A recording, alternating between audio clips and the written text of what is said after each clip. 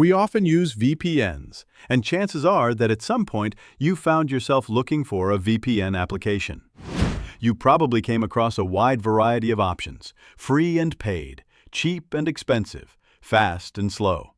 But what exactly is a VPN? And are you and your data actually safe when using VPN networks? Before diving into the details, make sure to subscribe to the channel, turn on the notification bell, and give the video a like to support us. And most importantly, watch the video from beginning to end so you can enjoy and benefit from it fully. First of all, what does VPN mean?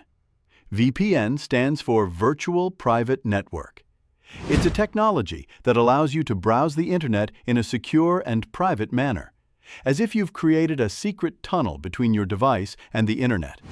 No one, not even your internet service provider, ISP, can see what you're doing online. But does that mean your ISP normally has access to all your online activities? The answer is yes. To better understand how this works, let's take a look at what happens on a network before you connect to a VPN. Imagine you want to open YouTube and watch Ethical GPT channel. The parties involved in this process are your device, whether it's a laptop or smartphone, your internet service provider, ISP, and the service's servers, in this case, YouTube's servers. Here's how the connection typically happens. Your device sends a request to access a page, such as youtube.com.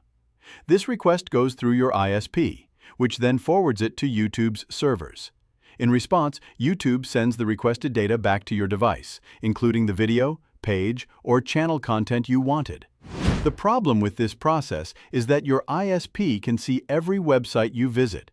It can even keep records of your activities and sell that information to advertising companies. Now, when we talk about data in this context, we're not referring to your personal files like photos or documents.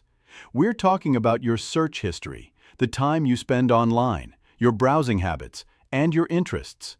While some people may not care about this level of tracking, others see it as a major invasion of privacy.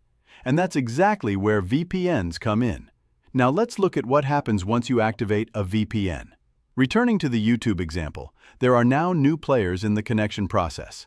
These include your device, the VPN server, which is the key new component, and the website or service you want to access, YouTube in this case. When the VPN is active and you attempt to access a website, your request no longer goes directly through your ISP. Instead, it first travels as encrypted data to the VPN server. The VPN server then forwards your request to the intended destination, YouTube. YouTube responds to the VPN server, which then sends the response, still encrypted, back to your device. This is how VPNs create a clear difference between a direct connection and one that goes through a secure, private network. You're essentially shielding your internet activity from being monitored by your ISP or other third parties.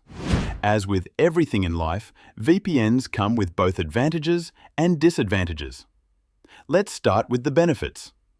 First, as already mentioned, your ISP will no longer be able to track or log your online activity. This adds an extra layer of protection for your data and enhances your privacy. Second, the websites you visit won't be able to see your real location. Instead, they will detect the location of the VPN server you're connected to. This explains why, when you connect to a VPN server in Russia, for instance, you start seeing YouTube ads or website content in Russian. On the flip side, there are also downsides to using VPNs. The most common issue is a decrease in internet speed, which usually depends on how far the VPN server is from your actual location. The second and more concerning drawback is the potential for some VPN services to do the opposite of what they promise. In other words, instead of protecting your data, certain VPN providers, especially free ones, may collect it for their own gain. This is why some VPN services are free while others require payment. In conclusion, VPNs are not something to take lightly. Choosing an unreliable VPN could actually harm your privacy rather than protect it. That's why a paid VPN from a reputable company is usually the safest and most reliable option. However, If you're unable to afford a premium VPN, you can still consider using a free VPN, but only one that is trending and well known for its security standards. Don't forget to subscribe to support me on this journey, and here are some other videos you might enjoy.